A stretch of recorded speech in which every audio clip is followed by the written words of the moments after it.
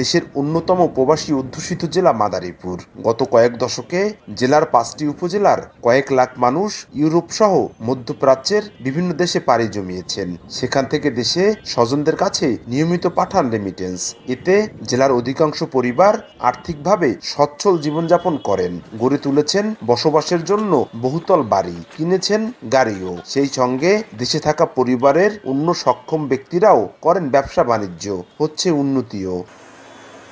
কয়েক বছর আগেও প্রবাসী আয়ের কারণে দেশের অর্থনৈতিক সূচকে ধনী জেলার তালিকায় 3য় স্থানে উঠে এসেছিল মাদারীপুরের নাম। তবে সম্প্রতি বাংলাদেশের দারিদ্র্য মানচিত্র 2022-এর জরিপে মাদারীপুর জেলা দেশের সবচেয়ে দরিদ্র জেলা হিসেবে ঘোষণা দেওয়া হয়, আর উল্লেখ করা হয় সবচেয়ে দরিদ্র উপজেলা ডাসার। বিষয়টি নিয়ে আলোচনা সমালোচনা হচ্ছে মাদারীপুর জুড়ে।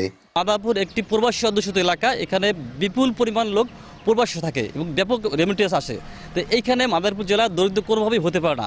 যারা এই রিপোর্ট তৈরি করছে, মাঠ পর্যায়ে যারা কাজ করছে, তারা মানুষের বাড়ি বাড়ি না গিয়ে শুধু মন করে একটি রিপোর্ট তৈরি করছে। ইতালিতে যেই কোনো ডিস্ট্রিক্টে শহরে যান, বাসার কথা মাদারীপুর, যেখানে যান শুধু মাদারীপুরের লোকজন, এবং সবাই জানে মাদারীপুর মানে একটা ব্র্যান্ড ইতালিতে। বিশেষ করে এরা বলতেছে দরিদ্র জেলা, এটা তো মান্য কথা।